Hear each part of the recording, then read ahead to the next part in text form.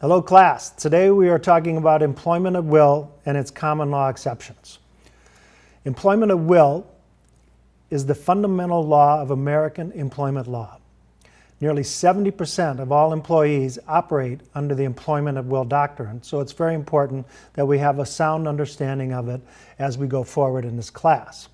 So, what is the employment at will rule? Employment at will rule means that any employee can quit or any employer can fire an employee without either reason, cause, or notice. There are exceptions to the employment at will rule, and we're going to talk a little bit about one of them today. But before we do that, let me just touch on them. An employment contract is the first exception. An employment contract takes you out of employment at will because there is an agreement between an individual employee and the employer. The second exception to the employment at will rule is a collective bargaining agreement. In that situation, you have a group of employees who negotiate a contract through a union with the employer that dictate the terms and conditions of employment. A third exception is for government employees under the civil service rules. Civil service rules dictate terms and conditions of employment and take you out of the employment at will doctrine. The next exception is a statutory exception, such as the anti-discrimination law in Title VII cases and laws that we'll be talking about in the rest of this course. The final exception, and the one I wish to spend time with today, is the common law exceptions to the employment at will. Now, common law is law created on the bench or by the courts in response to what they see as an inequity or a lack of fairness for one of the parties. That's what I want to talk about today. Let's look at the next slide and talk about some of the exceptions. So, there are 4 common law exceptions to employment at law, meaning 4 exceptions that the courts create on their own to remedy some inequity or unfairness they see in a case. The first example is public policy. The second exception is implied contracts. The third is covenant of good faith and fair dealing. And the last exception is the constructive discharge. Now, before I talk of these in any detail, let me read a couple of case problems so give you an idea about how these exceptions come up and when they will not apply. My first case is Jane lives in Washington, D.C., home of the popular Washington Redskins. Her husband, Frank, is a Dallas Cowboy fan. At the annual Christmas party, Frank wore his Cowboys jersey and was loud with joy as the Cowboys beat the Redskins that day. Jerry, a Redskins season ticket holder and fan and also Jane's boss, was not happy with Frank. The day after the party, he fired Jane. Jane is an at-will employee. She sues for wrongful termination. Who wins and why? Jane Jones, come in, please. Hey, Jerry, what's up? Great party last night. Sorry about Frank. He is just way over the top about the Cowboys. I know you love the Redskins. I asked him to tone it down after he kicked the ball through the window. You're right, Jane. I do love the Redskins. And Frank is an obnoxious jerk. Oh, come on, Jerry. We're going to pay for the window. Jane, Jerry is such a jerk, I don't want to see him. Or you again. You're fired. What? You can't fire me because you don't like my husband. I just did. Now get out. I'm going to sue you. Good luck with that. You are an at-will employee. Now get lost. Okay, my second example. Robert is the owner of the Red Hatter, a popular restaurant named after his wife, Rose. Rose and Robert recently divorced. After a difficult meeting with the divorce lawyers, Robert comes into work, sees Janice, an at-will employee who also has red hair. Janice reminds Robert of Rose, his wife, who he's having a difficult time with. Robert fires Janice. She sues for wrongful termination. Who wins? Never worked a day in her life, and now gets half of everything, and I still have to pay her. So unfair. I would like to yank that red hair out of her head. Hi, boss. How was the meeting? Tough, I bet. Huh? What's that, Janice? Nothing. By the way, I have to leave early today to get my hair fixed. Remember I told you? Janice, goddammit! I can't always be covering for you. But I told you last week when I've had it with carrot-top women ripping me off. You're fired. What does my hair color? Get out! You bastard.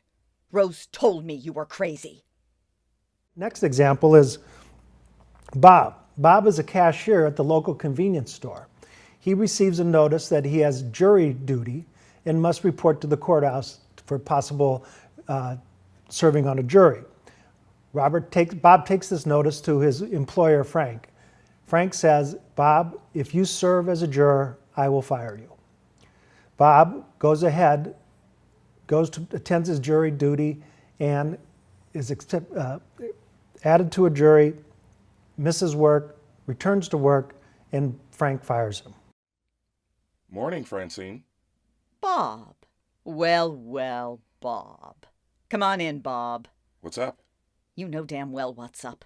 I had to cover 3 shifts for you last week. Where were you? I told you. I had jury duty on Monday and I was selected. 2-day trial. I left you a voicemail. I couldn't say no. It was my duty. I love this country. That's great, Bob. I'm glad you love the US of A.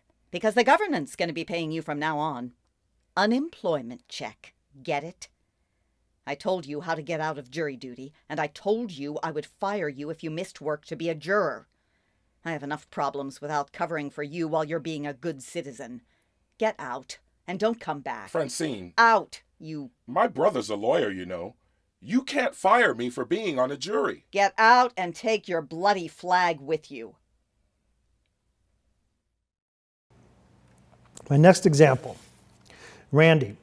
Randy received and verbally agreed to an employment offer from Acme Tile Company to be a regional sales manager.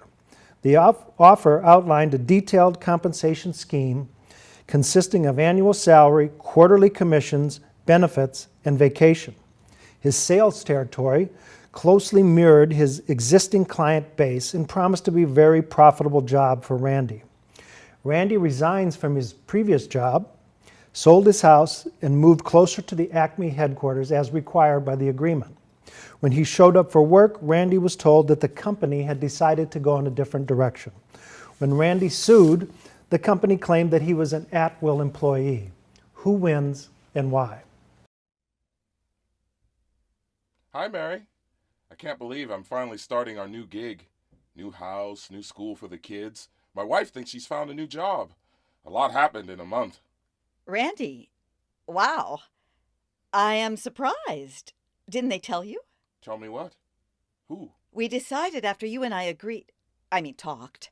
We're going in a different direction with sales. Young techies, telemarketing, video conferences, that kind of approach. Not the old salesman takes the customer to lunch approach. That's so 90s. Bottom line, we don't need you. What? You're messing with me, right? I quit my job, moved my family, new school. We have a deal. Salary, sales territory, commissions. We all agreed, and now I'm here, ready to work. Yeah? You have that in writing? A deal is not a deal unless it's in writing. Oh, my God. What a schmuck. My last example is the same facts as above, only Randy started the job and soon found out that his immediate supervisor, Johnny, had wanted another candidate, his brother-in-law, for Randy's job. Within the first month, Johnny told Randy that no commissions or bonuses were to be paid to first-year sales guys, that Randy was to double the size of his territory, and if you don't like it, you should quit. But remember, you're an at-will employee, and I can fire your butt at any time. Randy sues after quitting. Who wins and why? Hi, Joanna. I was wondering, when are commission checks cut? New house and everything, I got a lot of expenses. What? There's no commission for first-year guys. I'm not a first-year guy. I've been selling this market for years. That's why you hired me. Let me be clear. I did not hire you. And there are no exceptions on commissions. Boss backs me up on this. He knows I don't like you, and you shouldn't have been hired. I'm glad you finally said it. I knew you were the reason my territory was doubled. You're a jerk. I think a month doing sales support on the phone would be good for you, as the new guy and all. You don't like it, then quit. I quit. Perfect. No unemployment checks for you. Those are the exceptions to the employment at will doctrine.